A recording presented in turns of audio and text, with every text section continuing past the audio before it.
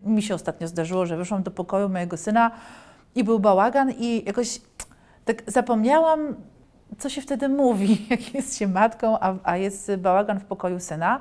I zaczęłam nieskładnie jakoś tak pokrzykiwać i mój syn powiedział, chyba przyszłaś, żeby powiedzieć mi, że mam nieposprzątany pokój i powinienem zrobić porządek. Mówię, no właśnie, widzisz, bo to jest czasem tak, że matki zapominają, jak być matkami, bo te role są strasznie trudne.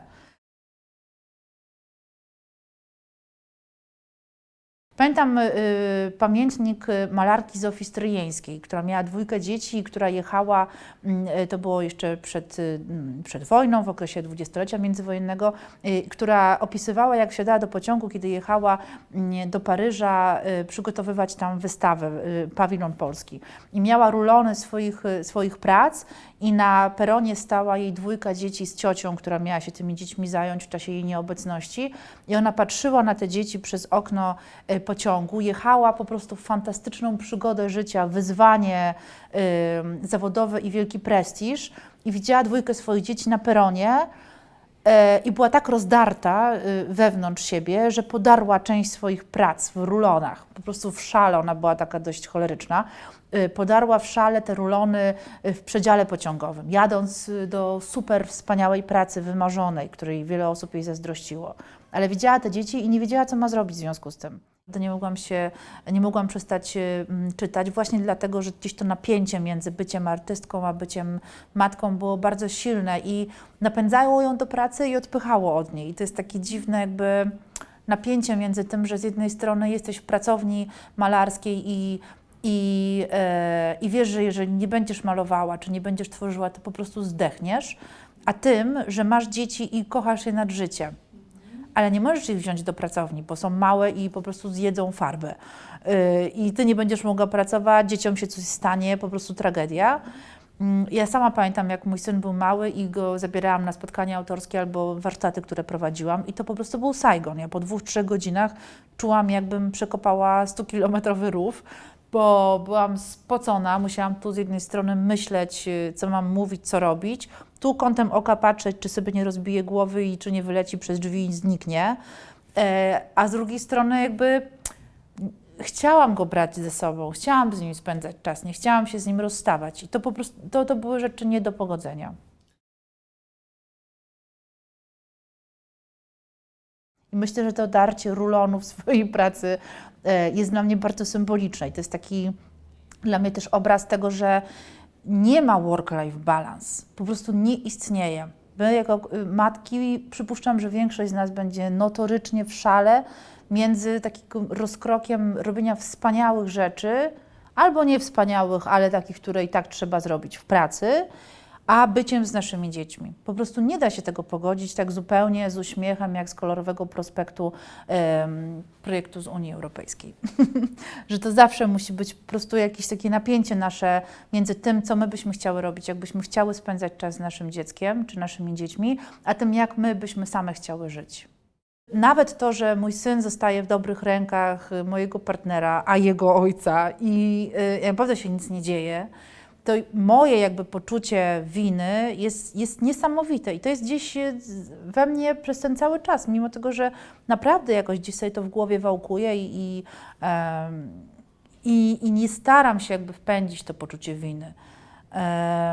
Jest też tak, że ono, przynajmniej tak u mnie jest, często jest też nam wymawiane przez szczególnie kobiecą część rodziny. Mamę, babcię, pamiętaj, najważniejszy jest twój syn. Tak pamiętam, dzięki, że mi przypomniałaś, babciu. Pamiętaj, że nawet jeżeli będziesz po prostu w Honolulu odbierała nagrodę za całokształt swojej fantastycznej pracy, najważniejsze jest dla ciebie dziecko, które tak się składa, jest bez ciebie w domu, a ty się dobrze bawisz, więc przemyśl to.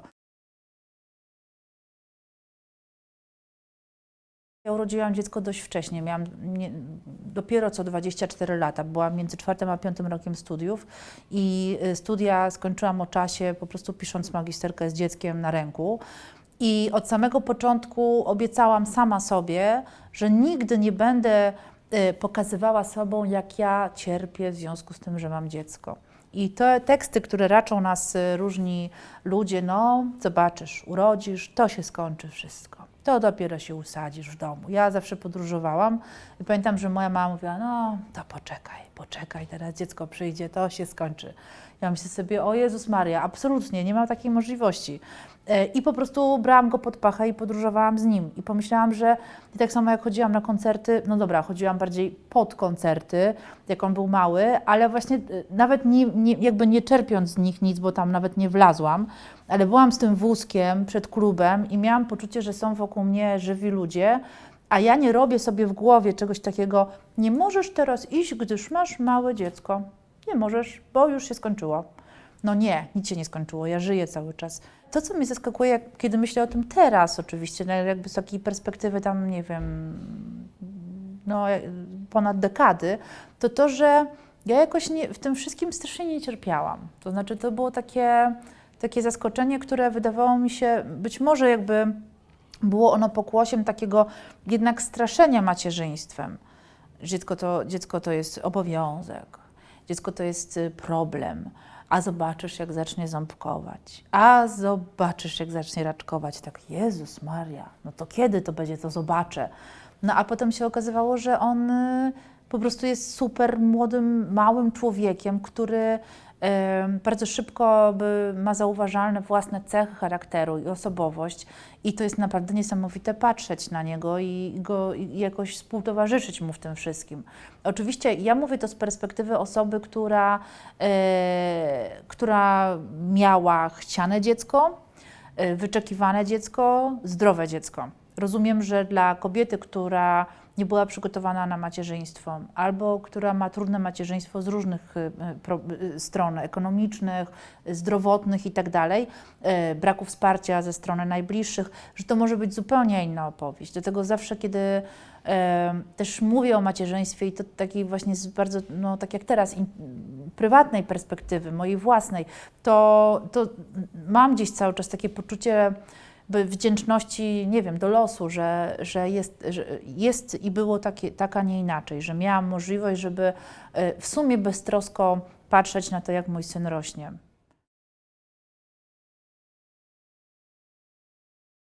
Zawsze to hasło prywatne jest politycznym, albo inaczej prywatne jest publicznym, było mi znane i bliskie i zawsze myślałam sobie, że rewolucja zaczyna się w tym, co Ciebie osobiście boli, co jest Twoim doświadczeniem albo doświadczeniem najbliższych. A to dlatego, że nawet najlepiej przygotowany raport, statystyka czy badanie nie dadzą Ci tego wewnętrznego wkurzenia, takiego, które jest niezbędne do tego, aby działać, aby po prostu naprawdę się zabrać za dany temat i żeby robić to bez jakichś, nie wiem, wynagrodzenia czy nie wiem, jakichś widocznych profitów.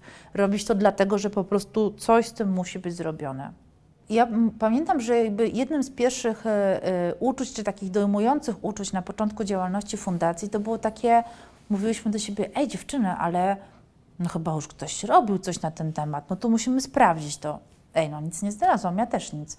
Czy to oznacza, że naprawdę nikt nie mówił o problemach barier architektonicznych? Nie no, mówili niepełnosprawni. No okej, dobra, ale a matki, rodzice, nikt? Serio? No bo też w takim momencie przychodzi Ci taka myśl, Jezu, no to może przesadzam, nie wiem, no dobra, już te siniaki tam, trudno, są gorsze problemy. No pewnie są, tylko że ja nie chcę mieć tego problemu i muszę zrobić tak, żebym go nie miała, i najlepiej, żeby nikt już go nie miał nigdy. I to poczucie, że jesteśmy prekursorkami w takim tak banalnym temacie, to było rzeczywiście takie poczucie, aha, czyli to nie chodzi tutaj tylko i wyłącznie o brak podjazdów. Tu chodzi tak po prostu o jakby całą filozofię myślenia o macierzyństwie czy rodzicielstwie w ogóle. Że nikt wcześniej jakby nie poruszył tego problemu, bo tak zawsze było. I koniec. I to się wpisywało idealnie w ten cierpiętniczy nastrój bycia matką, która po prostu z włosienicą się biczuje wieczorem i nosi swój krzyż w postaci wózka z dzieckiem i siatami z bazaru, czy tam jakichś ze sklepów. No bo przecież tak trzeba, prawda? Może jest tak, że macierzyństwo nam się w ogóle wydaje totalnie nieinteresujące. że macierzyństwo kojarzy nam się z tym, że kobieta interesuje się ale swoim dzieckiem. I to są te wszystkie popkulturowe obrazki, jak świeżo upieczona matka przychodzi do koleżanek, które jeszcze nie mają dzieci i im po prostu do znudzenia opowiada: a słuchajcie, a moje Bobo to właśnie tam, nie wiem, zjadło zupkę, albo zrobiło kubkę, albo przeszło i tam wszyscy po prostu: o Jezu, to za po prostu beznadzieja i nuda. Ona nie mówi nic o sobie. Mówienie matki to jest mówienie o dziecku. A może gdyby zaczęto mówić o też swoich emocjach, to może to by było ciekawsze, może jakby zdjęłoby to takie odium z tej mamuśki, która po prostu jest gdzieś wmemłana w te wszystkie opowieści. To jest bardzo trudne, bo nie ma matki bez dziecka. Znaczy nie jest się matką, jak się tych dzieci nie ma. Znaczy to jest taki konstrukt tożsamościowy, prawda? Więc to oczywiste, że matka ma tematy dzieciowe, ale też jakby wnikanie w siebie, mówienie jakby dokładnie, co się teraz przeżywa, to myślę, że to jest rzecz w ogóle, której się strasznie boimy, bo boimy się, że jak one zaczną mówić, no to dopiero będzie chwila prawdy.